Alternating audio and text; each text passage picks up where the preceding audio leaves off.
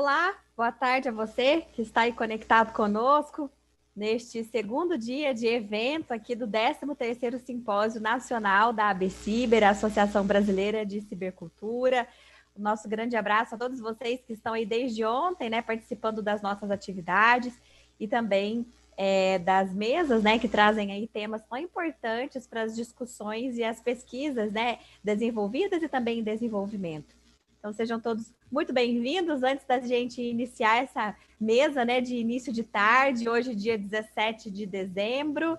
Então, vamos a alguns avisos importantes para vocês que estão participando conosco, como eu disse, desse 13º Simpósio Nacional da ABCiber. Então, o 13º Simpósio tem o tema Virtualização da Vida, Futuros Imediatos, Tecnopolíticas e Reconstrução do Comum no Cenário Pós-Pandemia.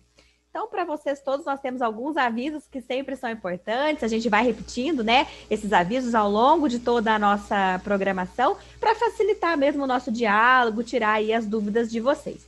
Então, olha só, a interação dos participantes, né, nas sessões dos painéis temáticos, ela é feita sempre através do aplicativo Zoom, dentro das próprias salas que vocês são direcionados para as apresentações aí dos painéis temáticos. Um lembrete importante, né? A nossa equipe triou, né, hoje ao longo de todo o dia, que alguns participantes tiveram aí dúvidas na hora de acessar a sua sala. Então, fiquem atentos, os links, né, estão todos disponíveis na área do inscrito. Então, é um documento único que está lá e você pode checar, então, com propriedade, qual é o link que vai dar acesso à sua sala de apresentações, tá bom? Para que vocês não tenham dúvidas e entrem, né, nas salas corretas das apresentações dos trabalhos de cada um de vocês. Bom, dentro da sala Zoom, é importante que vocês sigam as instruções do mediador que está ali na sala. Todas as salas têm a presença de um mediador, né, para facilitar o trabalho. E também deixem o seu microfone sempre no modo mutado, né, no mudo. Assim, quando você não estiver aí apresentando o seu trabalho, para que não haja aí nenhuma interferência de áudio enquanto outra pessoa está fazendo uso da palavra. A interação durante as mesas de conferência, como esta aqui que nós estamos agora neste momento, nós estamos ao vivo pelo YouTube, então as mesas de conferência, todas elas são transmitidas ao vivo pelo YouTube, então justamente por este motivo, a nossa equipe está ali de prontidão no chat do YouTube para receber aí as mensagens de vocês, as perguntas, as colaborações, né? Sempre lembrando que a participação de todos vocês é sempre muito importante para nós, né? Nosso agradecimento, professor Alessandro, que está ali já a postos, com certeza, no YouTube para triar os comentários de vocês e repassá-los para esta mesa. Outra dúvida também que nos chega, né, e é importante ressaltar para todos vocês, que os certificados estarão disponíveis para o download, né, sempre lá na área do inscrito nos próximos dias. A gente estima aí cerca de uma semana para que vocês possam ter acesso aos certificados de participação neste simpósio. O envio do artigo completo deve ser feito de 20 de dezembro até o dia 31 de janeiro. Isso lá no sistema Paranás, que é o mesmo sistema que vocês submeteram os seus resumos, tá? A data de publicação dos anais deste simpósio está prevista para março de 2021. E claro, sempre fica aqui o nosso convite para que você que está nos acompanhando, já acompanha os trabalhos da ABCiber, para que você possa se filiar também à ABCiber, saiba mais sobre como ser um associado por meio do site da ABCiber, está tudo lá bem detalhado para que você possa também fazer parte e somar ainda mais a este time de pesquisadores tão importantes, de grande relevância, que sempre tem aí portas abertas para que vocês possam cada vez mais estar mais próximos de todos nós. Também fica o nosso convite para que vocês possam curtir as nossas páginas, nas nossas redes sociais, é sempre importante tê-los conosco. Bom, feitos os avisos, vamos então iniciar aí a mesa, né? Essa mesa, né? Óbvio, fiquei até aqui confusa no termo, mas é mesa mesmo, de conferência, que inicia agora neste comecinho de tarde, hoje quinta-feira. Então vamos aos nossos grandes convidados dessa mesa, que muito tem aí a colaborar conosco ao longo das próximas horas. Nós temos então como convidados que vão compor esta mesa de conferência, a Lúcia Leão, da PUC de São Paulo, e também o Antônio Lafuente. O mediador da mesa é Cláudio Abraão. tema da mesa, Humanidades Digitais e Inovação Social, a viagem até o coração do nosso mundo. Cláudio, neste momento, passo a palavra para você, desejando a todos uma excelente apresentação, excelentes colocações aqui ao longo dessas próximas horas que virão, com muito conhecimento, com muita troca de informação. Muito obrigada, um bom trabalho a todos vocês. Obrigado, Isabel. Queria, antes de mais nada, fazer então uma saudação a você que abriu nossa mesa, a Lúcia e o Antônio, que estão aqui para falar com a gente sobre esse assunto tão premente. Queria também fazer uma saudação à Alessandra, que está aí nos auxiliando, e também ao Rafael Brunelli, no suporte técnico aqui para a nossa live. E, claro, saudação a todos que estão nos ouvindo aí também. Então, eu acho que nós temos aqui pela frente uma conversa com duas figuras muito importantes para a gente pensar a questão das humanidades digitais, né? A questão da ciência e o papel social dela nesse momento que a gente atravessa. Então, nós primeiro teremos a fala da professora Lúcia Leão, que é doutora em Comunicação e Semiótica pela PUC São Paulo, pós-doutora em Artes pela Unicamp. Ela coordena o programa de pós-graduação em Comunicação e Semiótica na PUC São Paulo, além de também atuar no curso de Comunicação em Multimeios da mesma instituição. Publicou vários livros, entre eles O Labirinto da Hipermídia, 99, A Estética do Labirinto, em 2002, O Chip e o Caleidoscópio, Reflexões sobre as Novas Mídias, em 2005, e Processo do Imaginário, organizado por ela em 2016. Atua nas áreas de comunicação, processos de criação, cibercultura, educação, fotografia, audiovisual, arte e tecnologia. Nosso segundo conferencista de hoje, Antônio Lafuente, é doutor em Ciências Físicas e trabalha no Centro de Ciências Humanas e Sociais de Madrid. Publicou 2 dezenas de livros e mais de 100 artigos ou capítulos de livros, muitos em revistas ou publicações internacionais.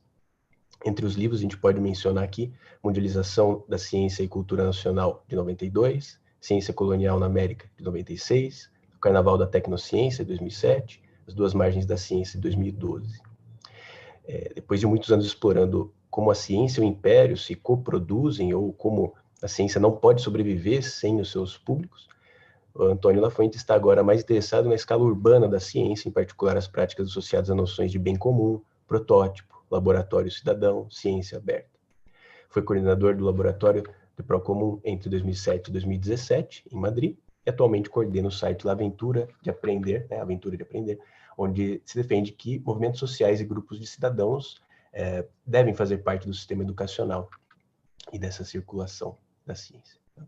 Então, para mim é um grande prazer, uma honra estar aqui mediando essa mesa de conferência.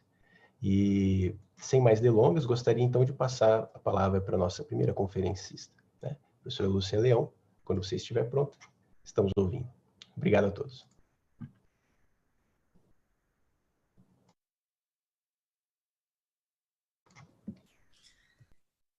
Eu quero começar agradecendo. É um grande prazer estar aqui.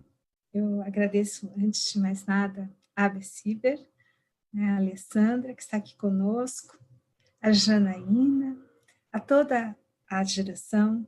Esse evento é um evento muito importante para nós e está ocorrendo dessa vez de uma forma que eu considero inovadora, em tantos possíveis contatos, diálogos, trocas.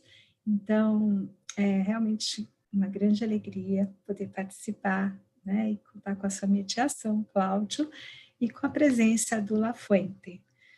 A gente se encontrou nessa semana mesmo para os testes e rapidamente parecia que nós éramos grandes amigos já. Quando eu comecei a ler os textos, esse encontro realmente foi uma alegria.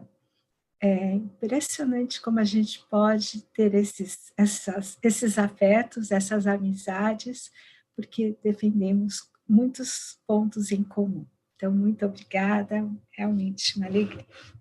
Quero dar parabéns também para a ABCiber, Eu tive a oportunidade de acompanhar hoje pela manhã a palestra de abertura da Paula Ricaurte, e gostei demais, acho que ela fez uma excelente abertura e foi realmente uma celebração dessa diversidade importante para os tempos que estamos vivendo. Né? O tema, eu queria até começar já falando disso, a virtualização da vida, ele é muito provocador. Né? A Janaína, na abertura, ela colocou isso, chega ao real.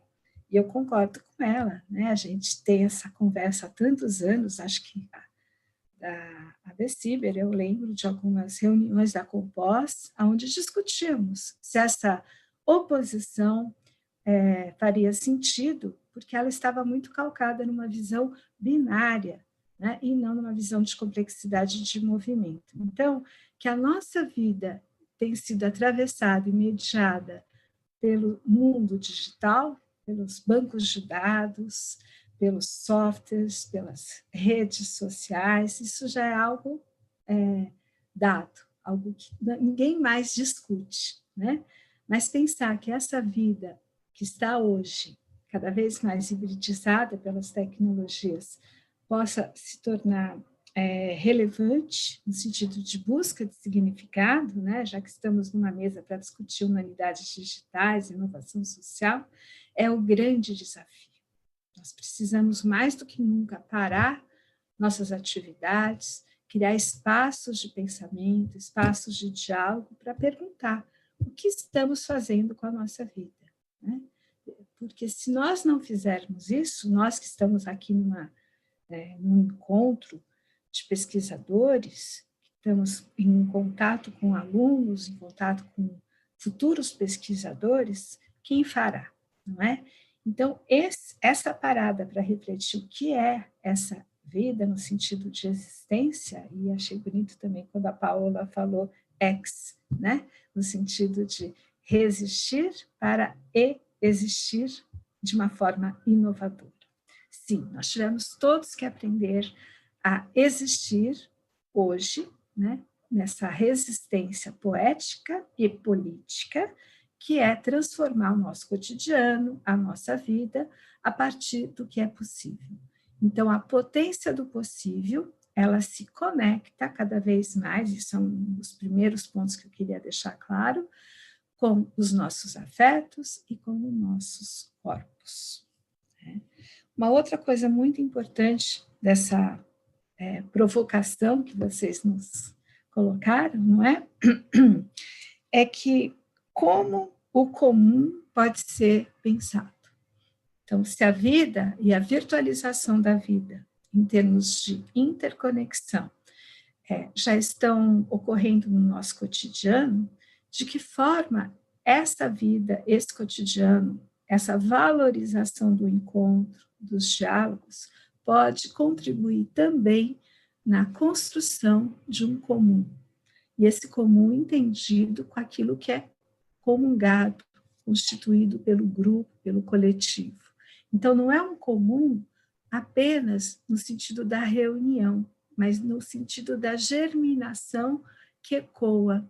E aí, eu acho que a melhor imagem para a gente entender esses afetos e as suas dinâmicas é a própria imagem de Gaia, da Terra, no sentido em que nenhum sistema, vivo, não vivo ou entre vivos, deixa de estar em relação a esse comum.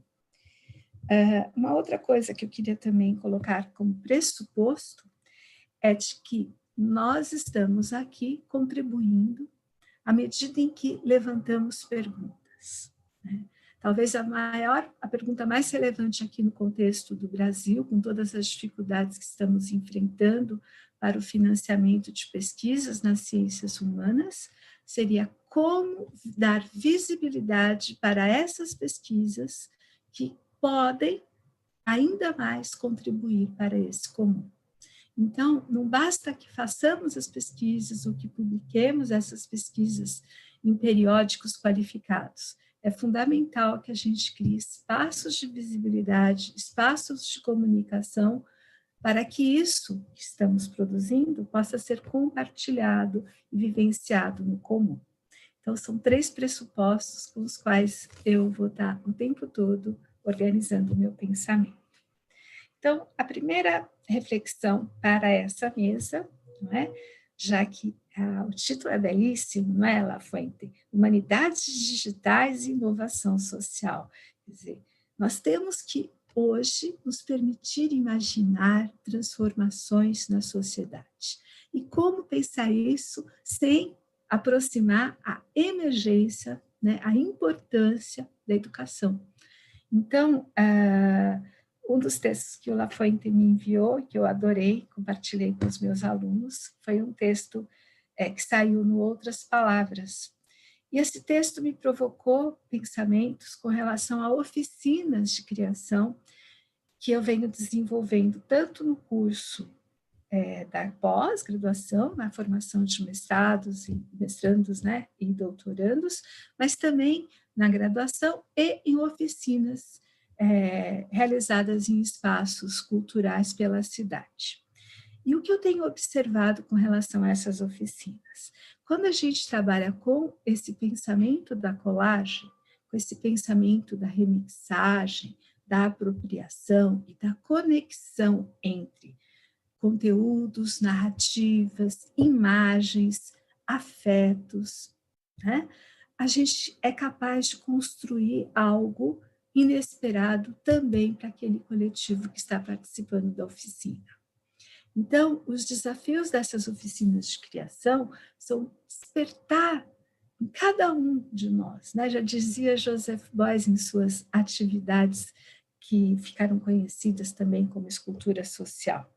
A arte, ela tem que ser capaz de afetar a nossa percepção do mundo, a nossa consciência de o que estamos fazendo aqui, como estamos vivendo, como estamos nos relacionando com o nosso próximo, no sentido dos seres humanos, mas também com os objetos, com os animais e com o ambiente.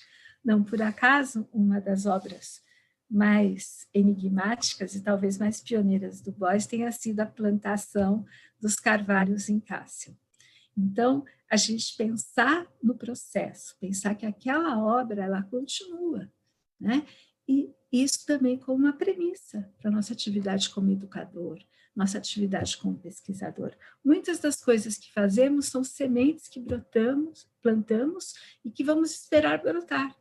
E essa espera faz parte do movimento que eu estou colocando, tanto no corpo, né, como no tempo. Então, se o nosso corpo hoje se rebela, eu tenho conversado muito com meus alunos, a quem eu também agradeço, que eu sei que vários estão aqui participando, e aos pesquisadores do CCM, alguns que já foram meus alunos de mestrado e doutorado, que continuam nesse coletivo, nesse corpo, não é? É que nunca a gente sentiu tantas dores, nunca nosso corpo reclamou tanto, porque uma existência, por mais apaixonada que seja, e a nossa existência é apaixonada, né? Todos nós somos contaminados por esse interesse em pesquisar, em contribuir, em desenvolver projetos e acionar essas potências, né? Mas o nosso corpo está doendo. E essa dor, ela aparece nos ossos, nos músculos, na cabeça, nas mãos, enfim. Então, esse corpo que se rebela é um corpo que nos dá um limite. Então, na última reunião que nós tivemos lá no colegiado do programa, no começo, assim, naquele momento de descontração, cada um estava falando como fez para melhorar. Então, aí, eu gostaria de marcar a importância dessa troca de experiência, né? O ressignificado que se dá para a dor. Então, um comentava da importância de colocar o pé na bacia, com águas quentes. O outro comentava da importância de uma caminhada, mesmo que dentro de casa. O outro comentava a importância de brincar, de jogar bola com o cachorro. Enfim, esse compartilhar, né, foi do corpo afetado e do querer trocar experiências, faz com que aquela dor não seja uma simples dor, mas seja também um conhecimento. Na partilha que aquelas pessoas, que todos nós, né, nessa dor de estarmos em isolamento social, nos ajuda a entender limites, a humildade, né? Não por acaso, Talvez a poesia possa nos inspirar transformações corporais, que só a leitura e o contato cotidiano com bancos de dados, com relatórios, e a gente que é professor, viu, nós estamos na fase do Sucupira, que é hoje o nosso pior monstro, chama Sucupira, que é uma plataforma viva que toda hora pede dados e mais dados, é um monstro burocrático, devorador de corpos. Então, essa partilha faz com que a gente perceba a nossa potência, de imaginar soluções, de sentir a empatia pela dor do outro e de contribuir no sentido do diálogo, né? Uma outra questão do corpo que a gente não pode deixar de colocar, então essa primeira eu diria que é o corpo abusado, usado. Eu até selecionei algumas imagens com um projeto que está sendo desenvolvido por umas amigas minhas incríveis da cibercultura, são todas mulheres, e eu me sinto muito feliz de participar dessa lista de WhatsApp, porque nessa lista a gente conversa de coisas que vão desde como acionar um vídeo que não está funcionando, a encontrar um texto que o livro não tem para vender, ou não está em nenhuma biblioteca digital, e a gente partilha e a gente cria resistência, né, para os nossos afetos. E uma dessas minhas amigas fez um projeto no qual os professores, ela é professora de pedagogia, né, então os alunos dela são professores, eles iriam escrever cartas, olha que projeto maravilhoso, para futuros alunos, falando o que está sendo ser professor na pandemia. E esse projeto me arrepiou, me tocou, primeiro pela pureza da intenção, né, por essa dignidade de dar voz para o professor, mas não um professor que só lamenta, um professor que quer deixar registrado na memória coletiva, ele quer compartilhar isso, o que ele foi descobrindo nesse processo. Né? As gambiarras, a gente tem fotos incríveis de professores conectando o celular com arame, pendurando no cabide. Por quê? Porque a situação é de precariedade. Então, na hora que essas professoras, né, podem deixar essas cartas para esses alunos, muitos afetos estarão ali guardados, né, e com certeza poderão ajudar futuras gerações a entender pelo que passamos e talvez que isso vai resultar nos nossos corpos. Aí eu vou entrar agora já no meu segundo tópico, que é a questão do tempo. O tempo também foi totalmente transformado, né? Eu não vou dizer que é uma questão de inovação, eu acho que a experiência do tempo, ela ocorre também no corpo, ela é muito intrincada, porém, hoje, graças aos arquivos, nós podemos ter experiências que antes ficariam perdidas, como aconteceu, eu dei o exemplo hoje. Foi hoje de manhã que eu pude assistir a palestra de abertura do AB Ciber. Né? Quantos alunos meus que perdiam a aula ficavam felizes e compartilhavam no outro dia? Professora, não pude assistir sua aula, mas assisti hoje de manhã, tenho algumas dúvidas.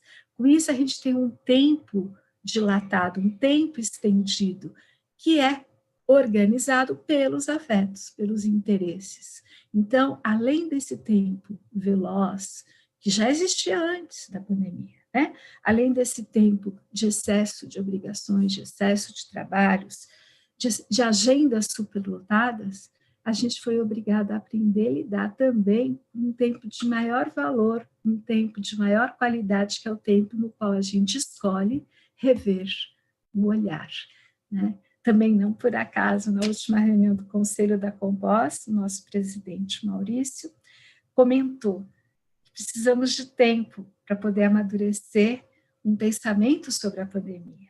Nós ainda estamos na pandemia, né? Eu até brinco que quando a gente puder falar de uma pós-pandemia, provavelmente a gente terá entrado em outra, porque nós devemos aprender que nunca estamos num estado de pouco valor do tempo, pouco valor do corpo, pouco valor do encontro com o outro. A gente deveria ter essa valorização em qualquer situação, independente de pandemia ou não. Então, essa pandemia que nos colocou em pânico, né? Pan é o Deus do pânico, no sentido dos medos que são levantados, dos corpos que estão também enclausurados, dos isolamentos. Bom, aí nós temos esse tempo que eu falei, como tempo expandido, o tempo da memória, e um outro tempo que continua acontecendo, que é o tempo cíclico. É com esse que nós podemos dançar, é com esse que nós podemos pensar processos, e é com esse que a gente se equilibra. Porque se a gente vivesse só no tempo do imediato, do que tem que ser para agora, ou no tempo da memória, o arquivo que eu posso ver quando eu quiser, pode ser que eu nunca veja, a gente estaria se destruindo. É na dança, é no ritmo, é na festa, é no ritual, então é no tempo cíclico que a gente se constitui e se equilibra.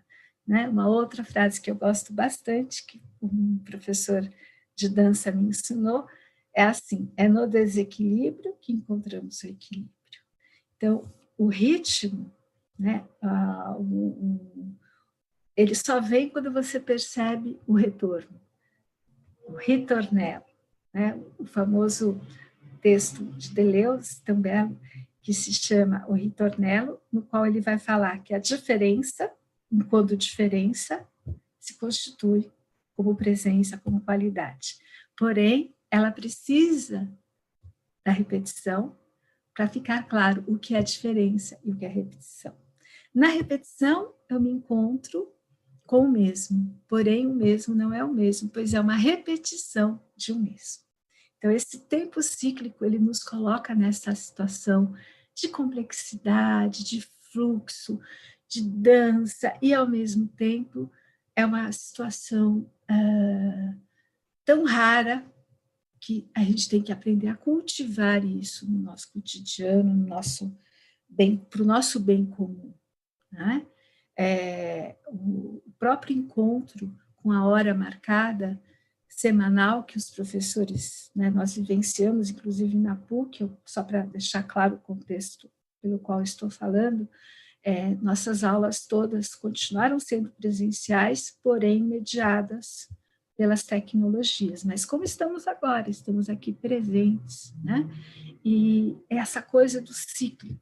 Então, toda quinta-feira, às 16 horas, tem a aula. Isso gera uma tranquilidade, isso nos coloca numa sintonia cósmica, é uma cosmovisão diferente, importantíssima. Eu acho que a pandemia reforçou isso em todos nós. Né? Uma outra experiência que eu também gostaria de citar, além das aulas, né, é a experiência de um coletivo que foi criado no prédio onde eu moro. Eu, apesar de morar aqui há 4 anos, eu não conhecia ninguém, porque eu sempre trabalhei muito, enfim. Viajar, né? Professor tem muitas viagens, enfim. E aí, como moram muitas pessoas idosas, foram criadas soluções, né, entre nós mesmos do prédio. Uma delas foi a compra de produtos direto dos produtores agrícolas próximos, que criaram essa cooperativa e tem um caminhão e passam em vários prédios distribuindo essas comidas. Isso foi fantástico, porque aí nós descobrimos essas famílias, as famílias começaram a compartilhar as fotos das plantações para mostrar, olha, essa alface, esse agrião, esse limão, os limões são maravilhosos, são limões que há séculos eu não provava, um limão tão saboroso, porque são limões que nascem, e tem um que nasce menorzinho, mas é suculento, enfim, e todo o prédio hoje, e vários outros prédios ao redor, começaram a ter esse hábito, né, de receber semanalmente a produção. Então, a gente sai daquela postura de consumidor para uma postura de parte de uma rede. Então, essas famílias dependem de nós, né? O consumo cíclico também, tem a data de se enviar os pagamentos, tem a data de receber as comidas, e quando acontece alguma coisa na família, eles contam para nós. Né? Quer seja uma doença, quer seja uma festa, um casamento, enfim, a gente descobriu uma dimensão em plena São Paulo, né? Só para deixar claro que é uma cidade que tem esses afetos todos. Bom, Aí, entrando já na questão dos afetos, uma das coisas mais interessantes que também a gente viu surgir lá na PUC foi um projeto com os estudantes de jornalismo, no qual os próprios estudantes escolhiam as narrativas de pessoas que haviam falecido. Essa ideia, que a princípio parece tão simples, ela nos faz perceber, primeiro, a potência de uma gravação e da construção desse espaço. Essas pessoas podiam contar quem era aquela pessoa que havia morrido e, com isso, criar uma situação de humanidade, né? Uma situação de respeito, valorização daquela pessoa e dos seus entes queridos, e, com isso, deixar de ser apenas um número. Isso, para mim, foi um dos trabalhos mais impactantes, foi logo no início da pandemia, e com alunos do jornalismo, né? Alunos jovens, porque a gente só escutava na mídia, essa mídia, infelizmente, que é totalmente, vamos dizer assim, interessada em produzir manchetes, né? Apenas números. E um projeto como esse, ao invés da gente ter só números, a gente começa a ter histórias de pessoas que adoeceram, histórias de pessoas que perderam entes queridos. Então, os afetos como força criativa e capazes de colocar as pessoas numa situação, não vou dizer menos dolorida, menos sofrida, mas mais digna, né? E com esse sentimento de partilha coletiva.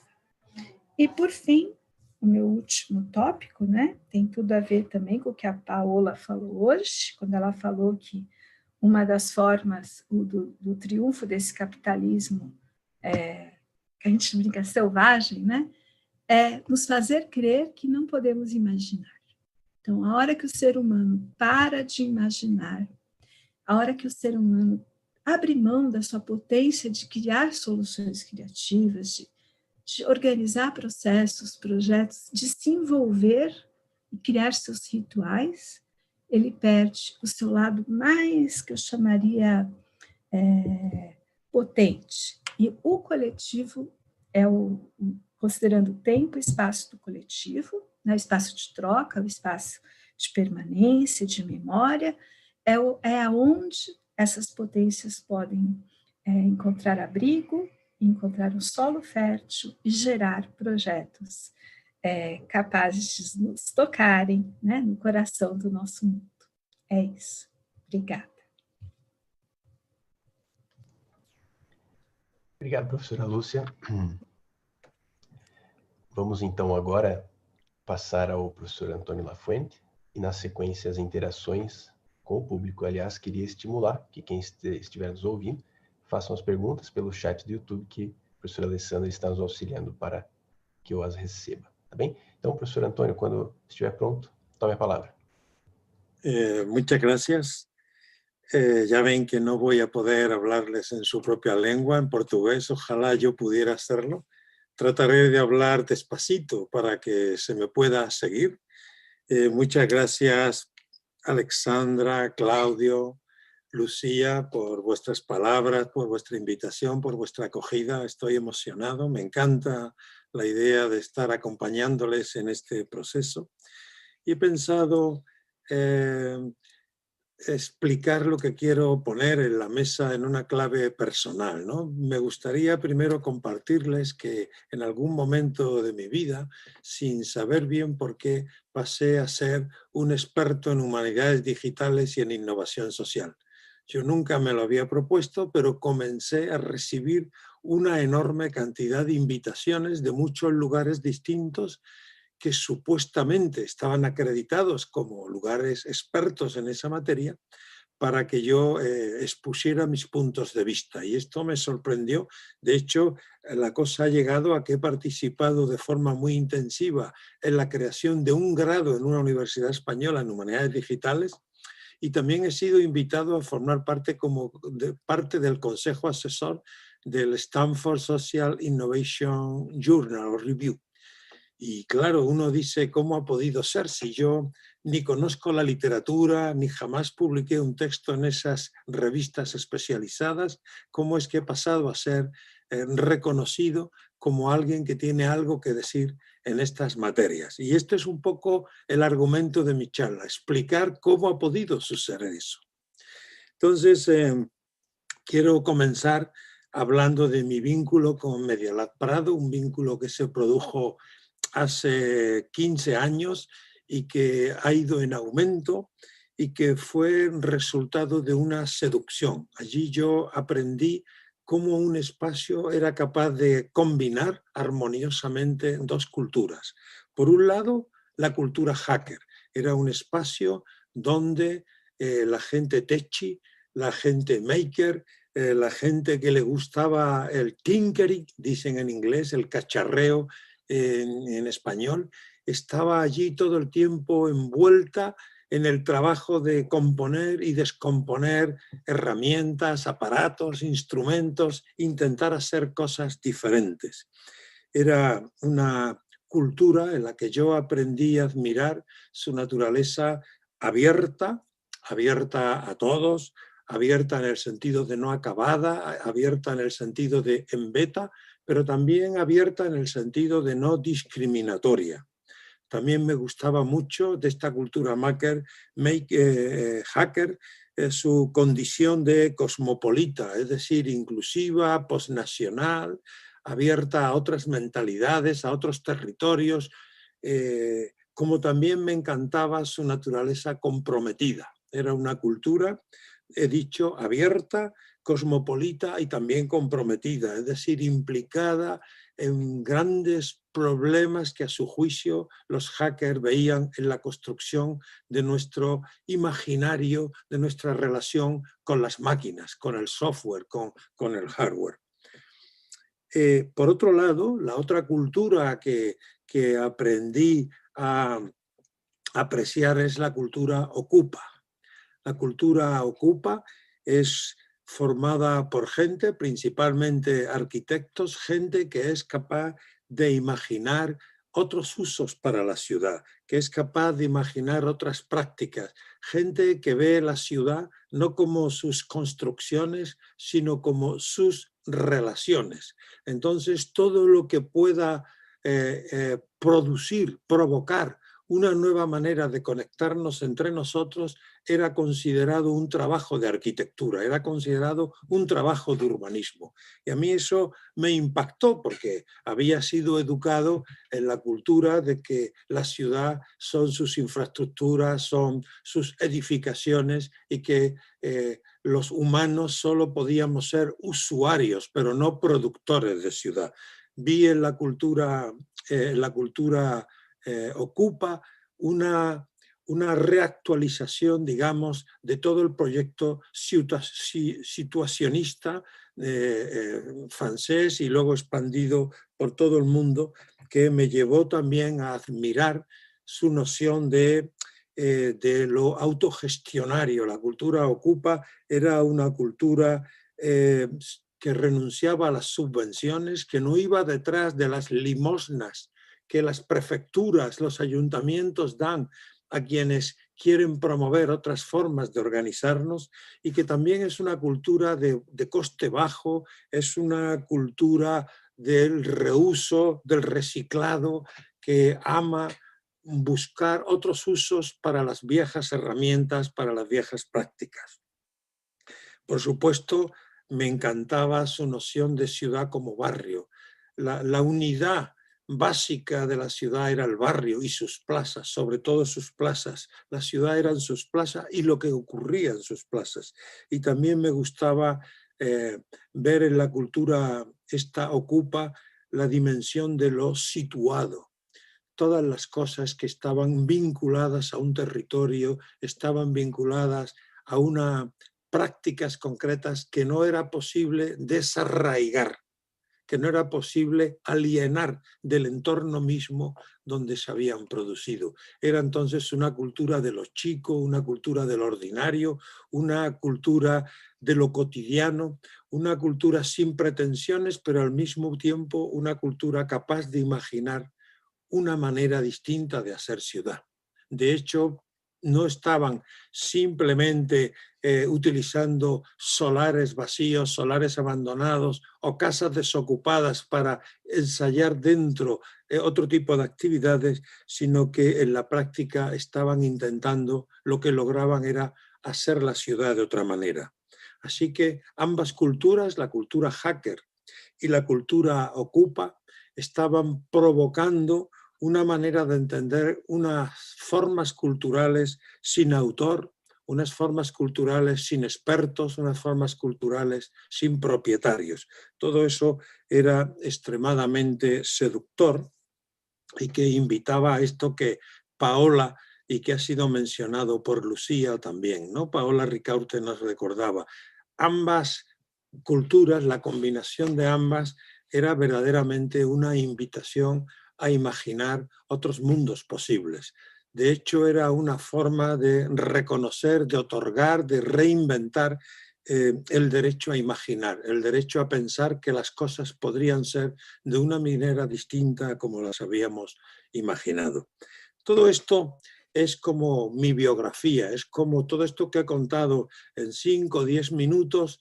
En realidad a mí me llevó 10 años descubrirlo y lo descubrí de forma imperceptiva. Yo no me acerqué allí con una teoría ni con unas lecturas, simplemente me fui encontrando unas prácticas que eran muy distintas a las que había en la academia y eran unas prácticas de las que yo quería formar parte. Eran unas prácticas extremadamente seductoras que estaban ordenadas alrededor de dos prácticas muy enfáticas. Por un lado, la voluntad de apropiar la red, de reinventar la red, de usar la red de otra manera, y todo esto estaba ordenado alrededor de un proyecto de interdisciplinariedad real.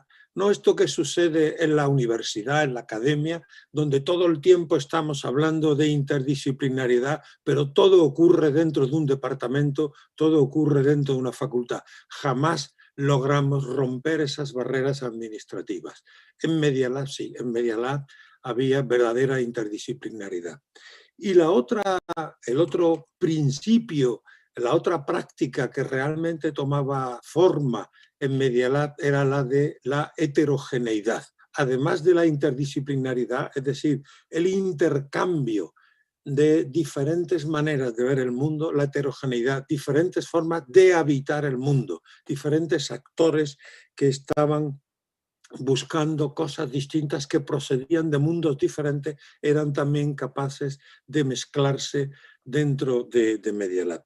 Y voy a hablar un poquito de esta interdisciplinariedad que era el desideratum de las humanidades digitales, cuando los creadores de Internet comenzaron a pensar en la posibilidad de organizar un mundo mediado por la tecnología capaz de empoderar a la ciudadanía, también pensaron y comenzaron a desarrollar una suerte de saberes que hoy identificamos como propios de las humanidades digitales, que estaban caracterizados por esta realización del sueño permanente de la interdisciplinaridad y siempre postergado, un sueño para mañana, pero que finalmente parecía que Internet, que las humanidades digitales iban a garantizar, porque las humanidades digitales nacen del encuentro de tres culturas muy diferentes: la cultura de la computación, la cultura del diseño y la cultura de la erudición. Tres mundos que no eran capaces de dialogar entre sí y que, sin embargo, alrededor de esta noción de humanidades digitales podían comenzar a interactuar entre ellos y no a crear relaciones de dependencia unas de otras. Con frecuencia, en muchas universidades, en muchos departamentos, las humanidades se entienden como una digitalización de la cultura. No, aquí, tal como en Media Lab se entendía, estábamos hablando de cómo pensar el mundo desde la tecnología, no a través de la tecnología, no pensar sobre la tecnología, sino desde la tecnología. Y esto era una cosa verdaderamente novedosa.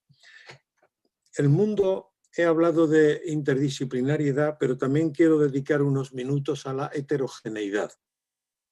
una heterogeneidad que se basaba igualmente y característica de la cultura ocupa, que tiene que ver con, por supuesto, la cultura del diseño, la cultura urbana, que ya lo he mencionado, y por supuesto la cultura experimental.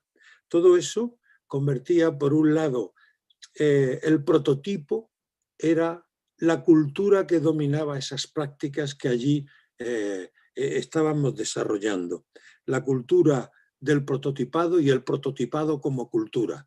Y una cosa venía de los ingenieros, fueron los ingenieros, los hackers, quienes nos enseñaron a pensar con prototipos, y son al mismo tiempo los ocupas quienes descubrieron que el prototipo podía ser justo la cultura experimental que se necesitaba para pensar el mundo de otra manera.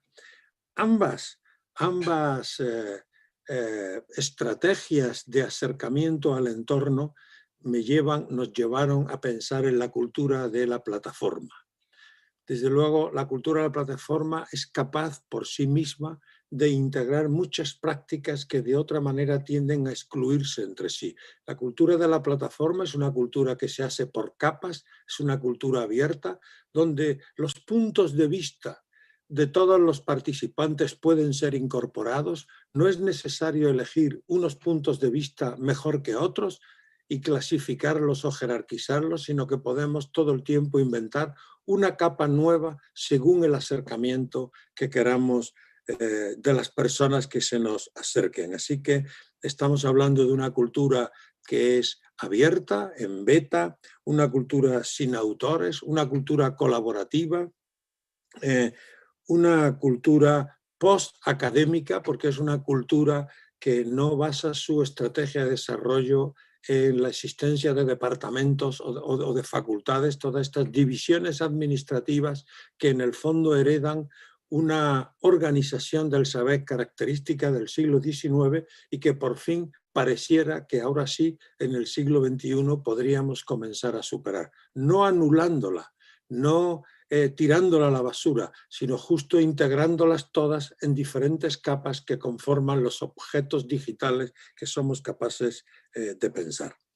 Así que es una cultura esta de la plataforma también no solamente hecha por capas y por tanto inclusiva, sino también sin fronteras, porque permite abrir la academia, permite abrir los objetos no solo a las aproximaciones disciplinares, sino también a las aproximaciones indisciplinares. Permite incorporar también todo ese saber que llamamos tácito, todo ese saber que llamamos local, todo ese saber afectivo, todo ese saber experiencial, que es el saber que tienen las capas inmensas de población que saben mucho más de lo que creen saber y que desde la academia tendemos a ver esos saberes como sospechosos, como saberes demasiado vinculados a lo emotivo, a lo caprichoso, a lo veleidoso, a lo cambiante.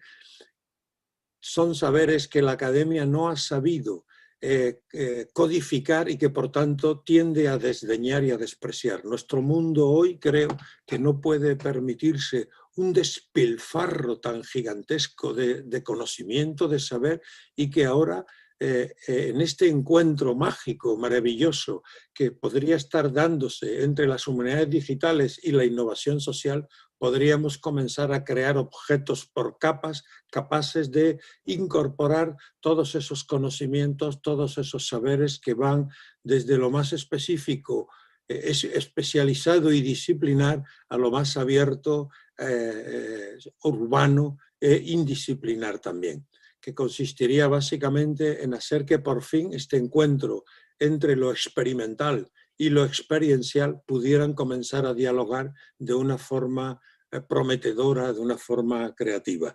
Y nada más, esto era un poco todo lo que quería contarles, que quiero resumir en un minuto en 3 puntos para fijar la atención. El primer asunto tendría que ver con una noción de humanidades digitales que no tiene que ver con pensar o usar las humanidades, las tecnologías para seguir haciendo historia, antropología, arqueología o sociología, sino que tiene que ver con la idea de que el mundo tiene que ser pensado desde esas tecnologías, y eso nos autoriza a pensar qué es un dato, porque desde el punto de vista de las humanidades y ciencias sociales, los datos siempre están sucios, siempre son borrosos, siempre tienen perfiles poco definidos, siempre son densos, y esto reclama, exige esta enorme sensibilidad que desde estos mundos de las humanidades, hemos digitado para pensar el entorno en el que vivimos. La segunda idea tiene que ver con el papel de la innovación social, que a mi modo de ver básicamente en lo que consiste es en ser capaz de generar objetos que incorporen lo experiencial, es decir, que incorporen todo eso que desde Descartes hemos venido desdeñando, despreciando, ignorando y considerándolo simplemente ruido de fondo del que los científicos tienen que aprender a separarse para poder construir eso que llamamos conocimiento objetivo. Y por fin, esta tercera idea de la noción de cultura de plataforma, una cultura hecha por capas, una cultura abierta, una cultura sin autor, donde todo el tiempo los objetos se están reformando, se están enriqueciendo, están desarrollándose, y que no nos obliga a tener que elegir cuál es el acercamiento más necesario o el acercamiento más urgente, porque cada capa puede contener todos los acercamientos y podemos lograr por fin tener construir una relación virtuosa entre las diferentes maneras de relacionarnos con el mundo. Y nada más, hasta aquí he llegado. Muchas gracias por su atención y muy bien dispuesto para un coloquio posterior y todas las preguntas que quieran hacer o comentarios que quieran hacer. Muchas gracias por su atención. Obrigado, Antônio. Obrigado, professor Antônio, pela fala. E vamos, então, iniciar aqui nosso debate com perguntas da plateia, se vierem. Então, convido a todos que estão nos ouvindo, enviem suas perguntas. A professora Alessandra vai fazer a mediação para me mandar aqui, que eu faço a leitura. E, para começar, antes da gente receber essas perguntas, eu queria fazer algumas ponderações, e aí passo de volta a palavra aos nossos conferencistas para que debatam e, enfim, deem encaminhamento para essa conversa. O que eu achei muito interessante no que vocês trouxeram é, primeiro, essa necessidade de situar essa tradição das ciências humanas, né, das ciências humanas, num horizonte de crítica que não é mais o horizonte de crítica teórica como a gente estava acostumado a ver nos anos 50, 60, onde existia toda uma vertente, digamos, depois de Humberto Eco, apocalíptica, né, de crítica à mídia, de crítica à comunicação, à tecnologia. E agora eu vejo, pela fala de vocês, que me parece haver outro lugar para a crítica se produzir dentro das humanidades, né? Uma crítica que passa agora não só pelo arcabouço teórico e pelos conceitos, mas principalmente pelas práticas e pelas experiências, né? Então, achei isso muito interessante e me remontou a uma ideia que reencontrei recentemente numa leitura de Gilbert Simondon, né? Quando ele diz que a principal causa de alienação no mundo reside nesse desconhecimento da máquina. Quer dizer, não é uma alienação causada pela máquina, como a gente já supôs antes, mas uma alienação causada pelo desconhecimento da natureza das máquinas. E aí eu fico pensando, queria ouvir vocês, sobre a nossa situação aqui na América Latina, no Brasil, né, em que nós somos majoritariamente consumidores de tecnologia, né? Nós somos um grande mercado para as tecnologias, mas a gente ainda não produz tecnologia. Queria saber de vocês qual vocês acham que é o limite dessa defasagem, né, para implementar essas práticas de inovação social num país como o Brasil, na América Latina. E aí, de repente, para pensar, né, dentro dessas práticas, dessas experiências, quais são os agentes, os atores que condicionam essas situações e quais são os agentes que entravam isso? E aí queria ouvir vocês de forma aberta, não é uma pergunta dirigida, e na verdade já também aproveito para estimulá-los a interagir entre vocês, né? Façam as questões que quiserem também um ao outro. Mas queria então só agradecer as falas, achei muito inspiradoras e gostaria de ouvi-los. Sí, ¿hablo yo o hablas tú, Lucía? ¿Yo? Sí. Bueno, yo estoy por completo de acuerdo con Simondón y también contigo, Claudio, en la forma en la que has planteado la pregunta. Yo creo que es verdad que tenemos una carencia gigantesca de comprensión de cómo funcionan las máquinas, que a mí me gusta extender hacia la noción de dispositivos, porque cuando uno usa la palabra máquina piensa entonces en cosas que hacen ruido, que sudan y en engranajes mecánicos, cuando luego tenemos un sinfín de dispositivos lógicos, algorítmicos, que tienen también una enorme influencia, que configuran nuestro pensamiento, porque las máquinas son utilísimas, son necesarias, ya no podremos nunca más imaginarnos un mundo sin máquinas, pero para poder usarlas tenemos que pensar como ellas, tenemos que adaptar nuestro cuerpo, nuestra gestualidad, nuestra imaginación a su propio funcionamiento. De alguna manera, trabajar con máquinas nos obliga a crear un ecosistema en el que con frecuencia sentimos, experimentamos que son las máquinas las que dirigen nuestra conducta y no nosotros las que condicionamos el funcionamiento de las máquinas.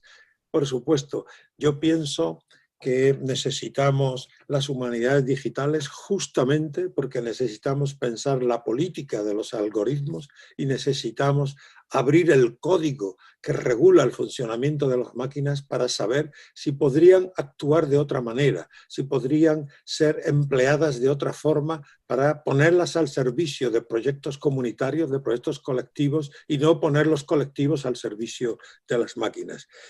Pero también me gustaría bajar el nivel de nuestra charla desde el plano de lo teórico, de lo conceptual, y bajarlo al terreno de lo urbano, de lo cotidiano, de lo ordinario, ¿no? Y hablar entonces, ¿por qué para mí es tan importante esta cultura del prototipo? ¿Por qué? Y cómo me gusta distinguirla de la cultura del proyecto. El proyecto es todo eso que hacemos y que diseñamos para hacerlo mañana, cuando tengamos dinero, cuando tengamos recursos, cuando tengamos aliados y cuando tengamos tiempo. Y siempre postergamos para otro día, para otro tiempo, y a veces incluso para que lo hagan otros todos nuestros imaginarios sobre cómo imaginamos el futuro. En cambio, la cultura del prototipo, como yo me la imagino, es una cultura en la que aquí nosotros ahora, con nuestras capacidades, con nuestras carencias, con nuestras limitaciones, con nuestras esperanzas, somos capaces de aquí ahora mismo darle forma a nuestros proyectos, darle forma a nuestros anhelos, a nuestra necesidad de cambiar las cosas. Entonces la cultura del prototipo es una cultura del hacer con las manos, del pensar juntos, del colaborar. Y esto es algo que hacemos todos los días, no hay que ir a Harvard para pensar en la cultura del prototipo. Quizá para hacer la cultura del proyecto hay que ir a Harvard, pero para entender la cultura del prototipo hay que ir a la favela, hay que acercarse a la gente y ver cómo todo el mundo, todo el tiempo estamos intentando resolver nuestros problemas con lo que tenemos a mano. Y eso que vale para hacer ciudad, yo creo que también debería valer para hacer universidad. Y a mí me parece que el desafío pendiente que tiene la universidad es aprender de las culturas de lo ordinario, de las culturas de lo práctico, traerlas y que la crítica a la que están acostumbrados los académicos, que siempre se sitúa en una zona de confort, que siempre consiste en depurar las ideas de los demás, se convirtiera en una forma de asumir nuestras propias carencias para hacer cosas juntos, para aprender a vivir juntos mientras hacemos cosas. Entonces, que sea una cultura menos de la objetividad y más de la objetualidad, ¿no? Esto sería un poco mi comentario. Disculpa que me parece que me he extendido en el uso de la palabra. Disculpa. Lucía. Olá. Então, eu estava pensando, muito bom, nossa, gostei demais, e eu estava pensando aqui, que essa pergunta que o Cláudio nos colocou, né, ela foi uma pergunta fundamental para a gente resgatar as potências criativas. Então, eu concordo com você, essas oficinas de protótipos, de experimentação, elas são básicas porque é nessa hora que se desmonta as máquinas, que se olha os componentes, abrir a caixa preta, né? E eu coloquei aqui uma reflexão também sobre esse conhecimento.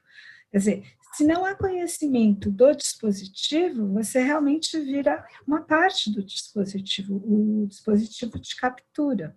E aí eu gostaria até de colocar questões até vinculadas ao extrativismo desenfreado que tem ocorrido para a construção de novos dispositivos.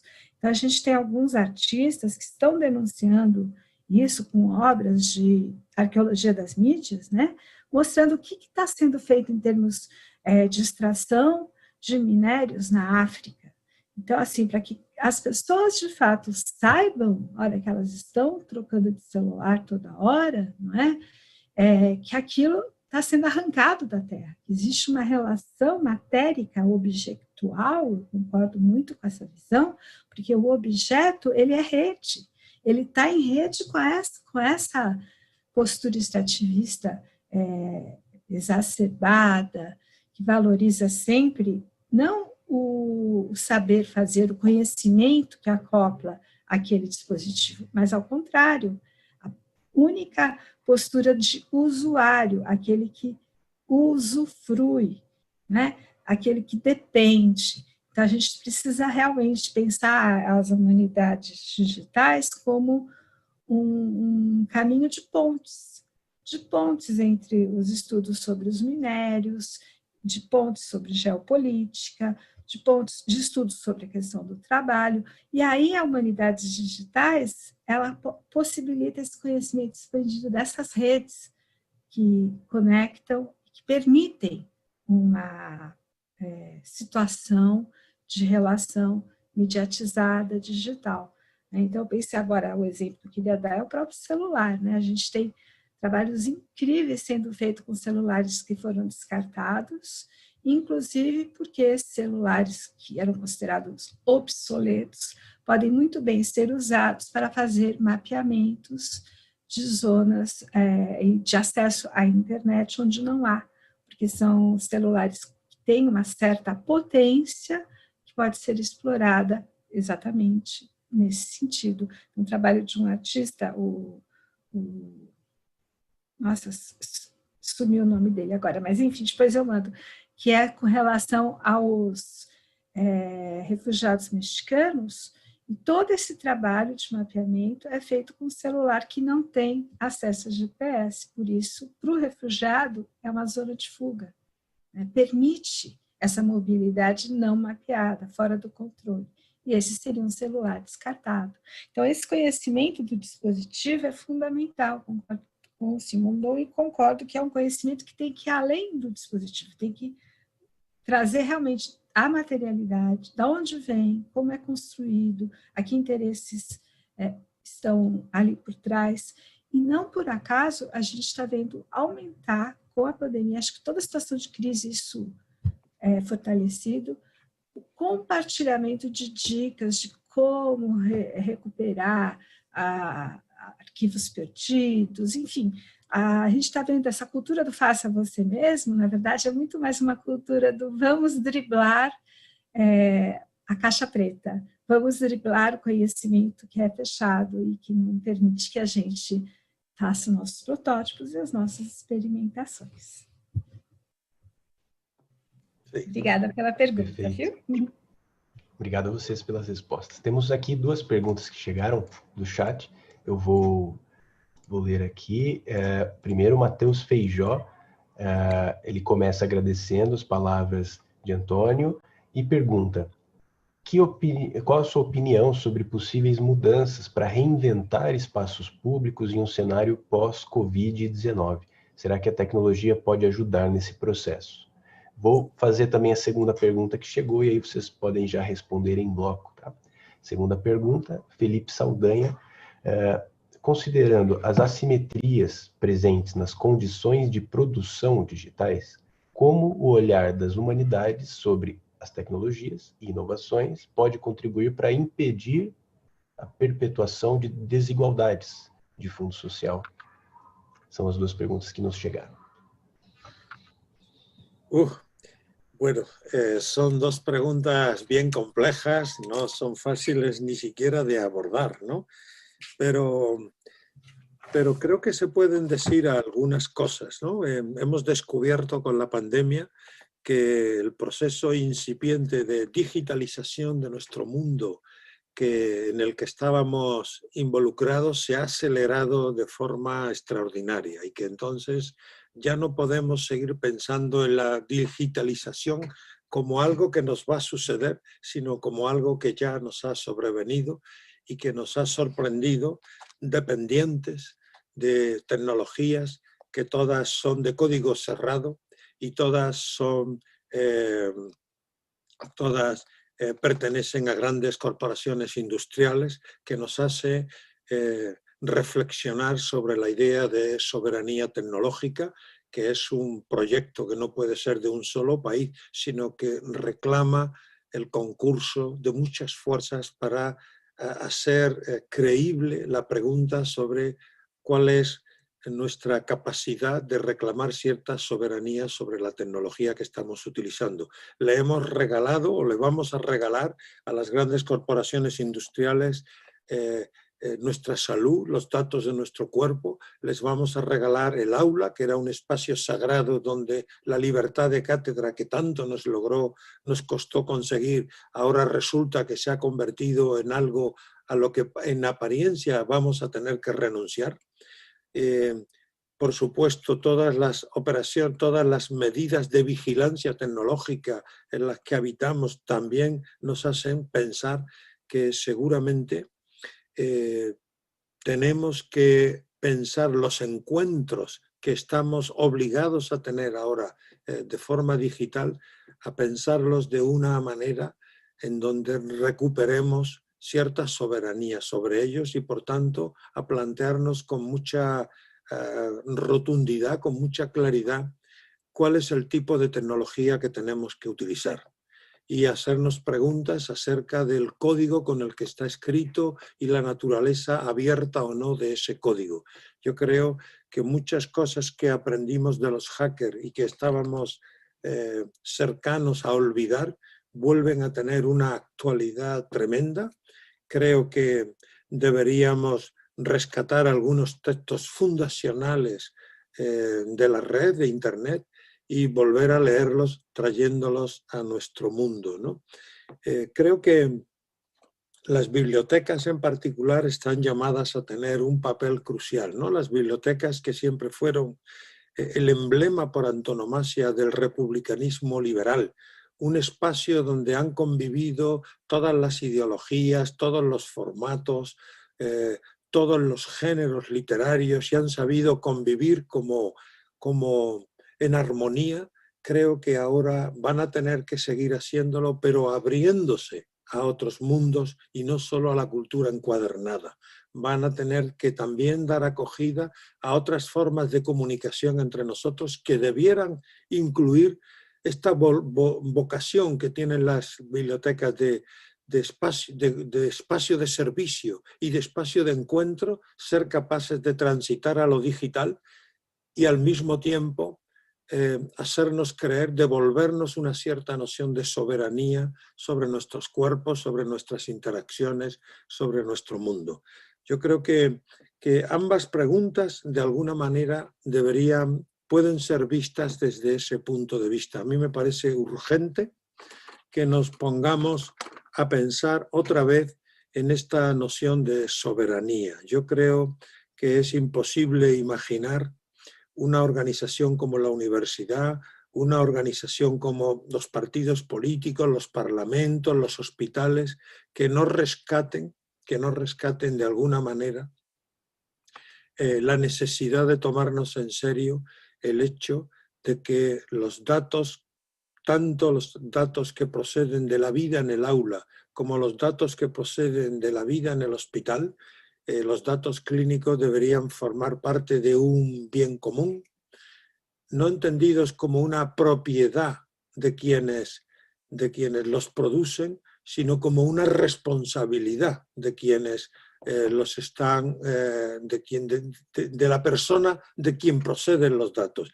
como los hijos. Los hijos no son propiedad de los padres, son una responsabilidad de los padres. Yo creo que los datos que producimos en el aula y que producimos en el hospital también debieran ser una responsabilidad nuestra que debíamos administrar de forma común. Me parece que ambas preguntas tienen en común esta preocupación por la sensación de que el proceso de digitalización, la aceleración del proceso de digitalización aumenta las asimetrías de nuestro mundo, nos convierte en más frágiles, en más vulnerables y de alguna manera, para mí, la importancia que tienen las humanidades digitales es porque serían el espacio de empoderamiento dentro de las universidades para lograr no solo despertar una conciencia sobre el problema, sino también despertar una actividad que haga formateable el problema, que haga prototipable el problema.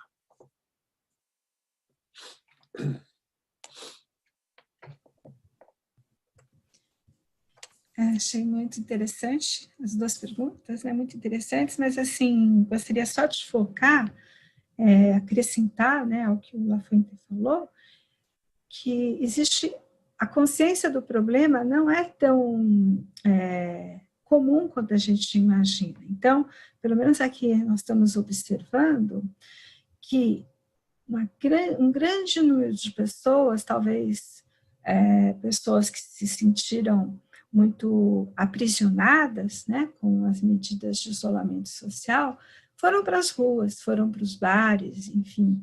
E, bom, essa é a primeira pergunta, né, que era a pergunta sobre como reinventar o espaço público no cenário pós-pandemia. E a gente não está no cenário pós-pandemia, né? Quem perguntou isso mesmo, Cláudio? Como era o nome? Essa foi a pergunta do Matheus Feijó. Do Matheus Feijó, né, Matheus? Então, eu gostaria de acrescentar a questão da consciência do problema. Então, quando esses dados são vistos como dados, né, quando se opera essa ruptura entre o que é dado e o que é narrativa, o que é história de vida, as pessoas parecem que entram num processo de autodigitalização. Então, assim, ela se valoriza como uma presença numa festa, uma presença no Instagram, enfim, abrindo mão dessa postura, vamos dizer, mais, eu gostei do termo soberana, né? De que ela é um ser humano, que as atividades que ela faz devem ser responsáveis, né? Então, a gente está vendo uma discussão que eu estou participando bastante ativamente, a questão da vacina. Então, será mesmo que uma vacina vai nos ajudar nesse sentido de entender esse processo de pandemia como um sintoma dessas grandes desigualdades, dessa grande crise que a gente está vivendo, que é planetária, né, que tem a ver com preconceito, tem a ver com racismo, desigualdades sociais. Então, se a pandemia é tudo isso, a vacina, no máximo, ela vai ajudar a tratar, né, o aumento das doenças para aquele número de pessoas que tiverem acesso à vacina. Mas a vacina em si não vai tratar dessa grande crise maior, que é a falta de consciência, né? O abrir mão de tudo, no sentido de se tornar mera representação, mera imagem de coleções, de festas, de baladas. Então, aqui no Brasil, isso é muito complicado, a gente trazer isso para uma discussão séria de responsabilidade. E esses dados, eu concordo plenamente, eles não podem ser disponíveis apenas para as grandes corporações, que é como estão sendo vividos, né? Nós somos máquinas produtoras de dados para as corporações. Enfim, são assuntos bem complexos. Obrigado pelas respostas. Acho que com isso chegamos ao final. Alessandra, temos mais alguma pergunta aí chegando? Não temos. Então, Os Cláudio, nossos conferencistas gostariam de... Sim, por favor. Eu gostaria de pedir para o Lafuente falar um pouco mais sobre a inovação social, né? Como que a inovação social pode ser compreendida nessas redes, redes que são, como você falou, né, indisciplinares, mas que também incorporam camadas de diferentes saberes. Enfim, eu queria que a gente, se puder, Cláudio, se a gente tiver tempo, eu gostaria de ouvi-lo um pouco mais sobre esses projetos criativos. Obrigada. Está bien, muchas gracias, Lucía. Sí, yo creo que la innovación social es algo que sucede en dos momentos, un momento de aprendizaje y un momento de impacto. La innovación social consiste en darle forma a un anhelo social para que cambien las cosas. Y eso implica dos momentos. Uno de aprendizaje, que es un momento creativo, es un momento de experimentación, es un momento donde la formación del equipo es muy importante, donde garantizar la heterogeneidad de los miembros del equipo que participa es clave, porque eso implica que incorporas más puntos de vista, que incorporas más sensibilidades, más experiencias, y eso hace que tu prototipo sea más robusto, sea un prototipo más inclusivo. Y luego está, y eso es imprescindible también, innovar no es solamente diseñar, es también tener impacto, es lograr que cambien las cosas. Está ese otro momento en el que el diseño es instalado y se comprueba que funciona, se comprueba que cambian las cosas. Esto implica, de alguna manera, que hay una diferencia entre un prototipo y una maqueta.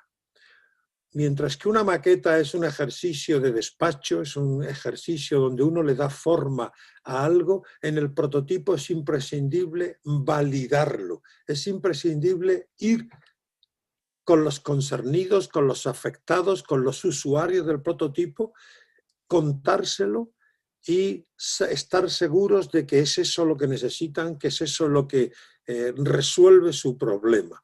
Por tanto, los usuarios, los destinatarios se convierten en codiseñadores del prototipo.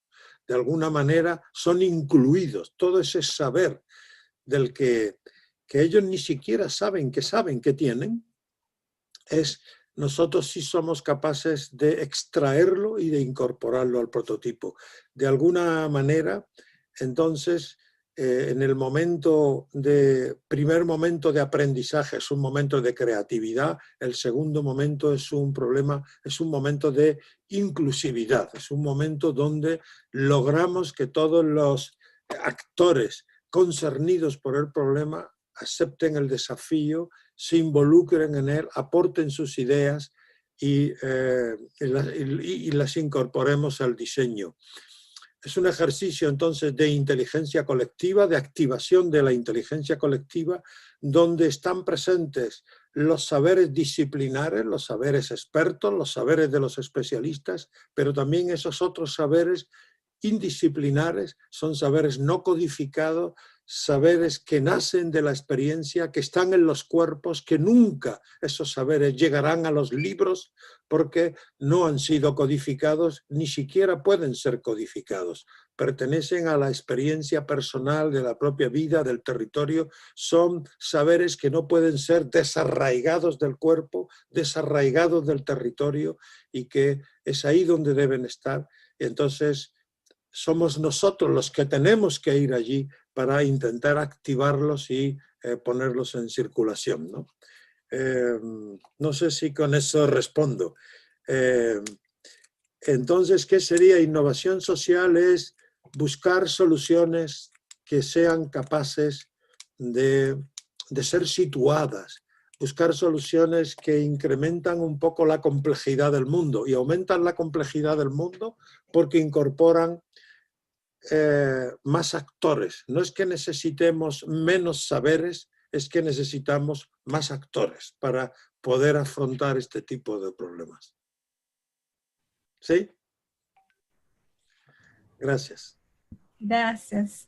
Eu Ivana. lembrei, a gente está aqui com a Ivana, eu lembrei de um projeto muito bonito que também começou aí na pandemia, começou pequenininho, mas a gente já tem um monte de seguidores, que são pessoas que estão gravando seus avós, suas pessoas de idade, fazendo receitas, para compartilhar um conhecimento que não vai poder virar uma receita, né? Porque a pessoa, isso que você falou, está incorporado, é um conhecimento, põe um pouco de sal, um pouco de farinha, e a comida é feita com esse conhecimento enraizado no corpo. E esse projeto é belíssimo, porque tem muito afeto, né, nesses registros, de quem está gravando. Então, é uma coisa realmente bem forte e poética. Ivana, prazer receber. Oi, Ivana. Antônio, Lúcia, boa tarde. Passei aqui porque... Ivana, que gusto! Encontro virtual, porque eu sou entusiasta dessa rede dos laboratórios de inovação cidadã, viu, Lúcia? E a gente tem 2 laboratórios no Brasil, um aqui no Rio de Janeiro, na UFRJ, e um em Santos, com o Rodrigo Savazone. E é uma experiência apaixonante. Sim. Esse ano a gente fez todo virtual, 40 projetos do Brasil todo, e é incrível isso que Antônio Lafuente trouxe agora, do prototipar o projeto, aprendeu com os outros. O que eles trazem para a universidade é extraordinário. Então, os estudantes participando da construção dos projetos. Então, assim, vale a pena conhecer, né, Antônio Lafuente? A rede ibero-americana é lindíssima, América Latina fortíssima. Bueno, gracias. Obrigado. Ivana. Bueno, está bem. Legal, Ivana. Gente, temos uma última pergunta que chegou, aí talvez para encerrar o nosso debate aqui, chegou do chat, vinda do professor Henrique Antum, na UFRJ. Ele pergunta por que os hackers se converteram ao marketing e, ao invés de produzir softwares livres, vazamentos e ocupas, passaram a produzir Brexit, Trump e Bolsonaro. Fiquem con esa. Bueno, yo no sé, no estoy seguro de que eso haya sucedido del todo. Seguro que hay algunos que se han sentido muy solos y que han transitado hacia el mercado con entusiasmo, ¿no? Una vez me enviaron un proyecto para evaluar donde se contrastaba la diferente manera de relacionarse con los hackers en Estados Unidos y en España. Entonces, en Estados Unidos el movimiento hacker se vinculó a proyectos en los que participaba el ejército, en los que estaba involucrada IBM, en los que participaba la Universidad de Stanford y algunas otras, mientras que en España el movimiento hacker se había vinculado mucho al movimiento obrerista, al movimiento Ocupa, al movimiento autogestionario. Así que no hay un solo movimiento hacker, hay varias formas de entender los hackers. Lo que sí tienen en común todos es esta noción de lo abierto, esta noción de lo experimental, esta voluntad de abrir el código que regula el funcionamiento de las máquinas. Yo creo que eso sí es común en todos los mundos, pero no es la forma en la que los hackers en Estados Unidos sí se ven a sí mismos como otro instrumento más del mercado, como ocurre con las licencias Creative Commons, por ejemplo, ¿no? Las licencias Creative Commons, tal como son pensadas por Laurel Lessig, se configuran como otro instrumento para activar, dinamizar el mercado. Mientras que cuando pensamos en la cultura libre desde Europa, desde América Latina, nosotros pensamos en la cultura libre como algo que es alternativo al mercado, ¿no? Entonces, estas diferencias de matiz que hay entre unos mundos y otros tenemos que incorporarlas para entender esa diferencia que hay de formas de entenderlo, los hackers, ¿no? No sé si eso satisface a la persona que preguntó, pero yo abordaría la respuesta desde esa perspectiva, desde esa mirada.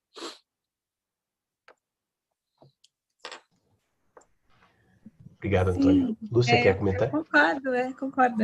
São muitos, né? Acho que o hacker que nem essas generalizações, mas eu quero agradecer o Henrique, né, Anton, pela pergunta, porque nos faz pensar que havia no início, eu até ri bastante com a pergunta dele, uma idealização do hacker como aquele cara que vai ser uma força de resistência contra o poder hegemônico, as culturas dominantes, e a gente está vendo que alguns, né, realmente estão trilhando o caminho, vamos dizer assim, não esse, né, não tão ideal. Mas uma coisa que eu estava pensando nessa conversa que o Lafayette nos trouxe é que, de alguma forma, tem que ter por trás dessa cultura hacker algo de ousadia, experimentação, enfim, e que essa cultura, por si só, né, ela continua sendo necessária, né, e esses que estão cedendo ao mercado estão realmente buscando talvez um caminho mais fácil, enfim. Mas é um problema, concordo que ninguém previu isso, né? A gente olhava para os hackers apenas como nossos fiéis, sei lá, cavaleiros, que iriam nos ajudar na luta contra todas essas grandes corporações, enfim, é isso aí. Obrigado, então, pelos comentários. E para concluir agora, assim, nossa mesa de conferência, o professor Henrique ele apenas respondeu aqui, comentou que o Foucault, no Vigiar e Punir, mostra como a luta contra a peste geraram, né, a forma política da cidade, os personagens do político, do policial e do médico como ordenadores. E ele coloca aqui a ponderação, o que será que a pandemia irá gerar, né, quais consequências. Não sei se os nossos conferencistas têm uma resposta, se querem tentar atacar esse tópico. Lucía, tú. Bom, a pergunta é genial, né? Quer dizer, na pós-peste, nós tínhamos, então, os personagens do político, do policial e do médico, né? E a própria escola, né? Também, o professor, o diretor, o BDEL, também como outro instrumento disciplinar, né?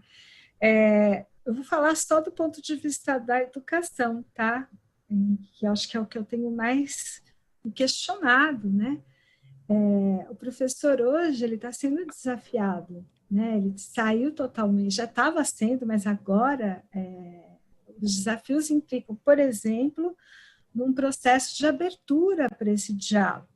Eu acho que qualquer professor, quer seja numa sala pequena, de alunos interessados, como é o caso da pós-graduação, quer seja numa sala grande, com alunos que nem abrem a câmera, esse professor está sendo desafiado a pensar como que eu posso dialogar com essas pessoas, né? Eu abrir a câmera como um signo de abertura para essa conversa, para que a educação seja possível, né? Eu acho que o Paulo Freire soube fazer isso, né? Ele soube ir lá querer ouvir a história do pescador, para que o pescador, ao querer contar sua história, quisesse com isso aprender a ler e a escrever. Então, acho que a gente agora está tendo uma oportunidade única de repensar o que é ser professor, o que é ser orientador, o que é ser colega dos nossos colegas, né, dos nossos professores, para que esses diálogos todos fomentem uma escola mais inclusiva, mais aberta a uma responsabilidade na educação, né? Que não coloque a coisa na prova, no exame, no conteúdo, mas sim no processo do aprendizado, né? Então, eu responderia pelo lado, assim, posso arriscar responder o que vai acontecer com o médico, porque com essas discussões que eu tenho acompanhado na saúde, eu estou vendo muitos médicos estão super adaptados com a telemedicina, animados em ter essa oportunidade de contribuir, não é? Mas, por outro lado, vários médicos estão se sentindo perdidos. E são os mesmos médicos que antes também não olhavam para os pacientes, né? Nesse sistema maluco que a gente vive, quer seja SUS, SUS tem excelentes médicos, mas planos de saúde, eu acho que até pior, o médico que você chegava, ele já tinha toda a sua informação no computador e você virou um corpo de dados. E daí ele te pede um monte de exames que vai parar nesse documento. Então, esse corpo de dados, como é que você vai curar, tratar desse paciente que é dado? Eu acho que esses médicos provavelmente não vão ter espaço no sentido da cura, não de trabalho, não de emprego, não estou falando em termos disso, mas sim da cura, do processo dialógico que é a conversa do paciente com o médico. Para policial não vou falar, Perfeito. não. Legal. Obrigada.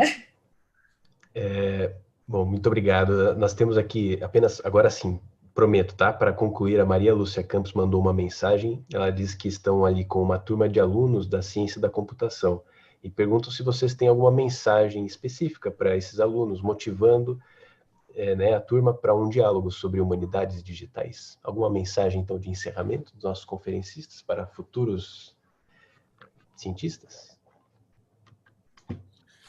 Sí, claro, cómo no.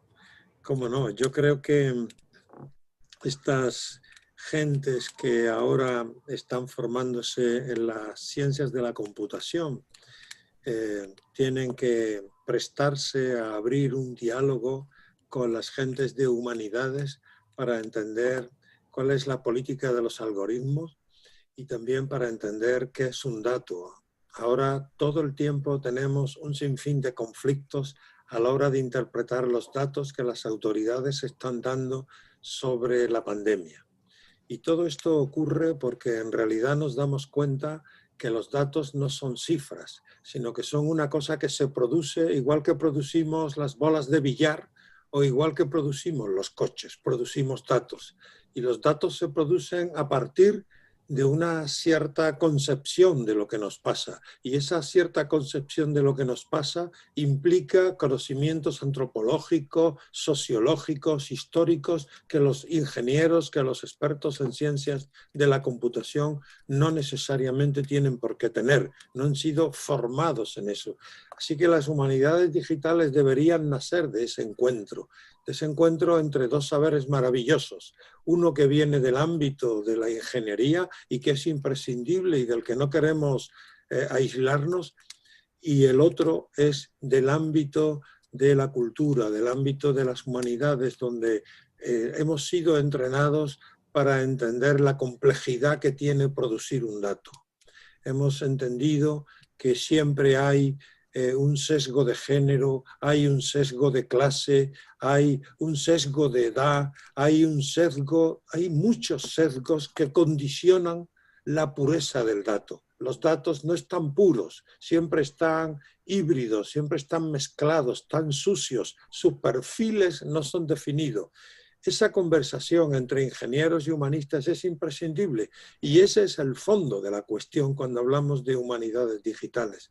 Así que lo que yo les diría a los ingenieros es que no desdeñen esos viejos saberes, pero no casposos, esos viejos saberes que representan las humanidades y ciencias sociales.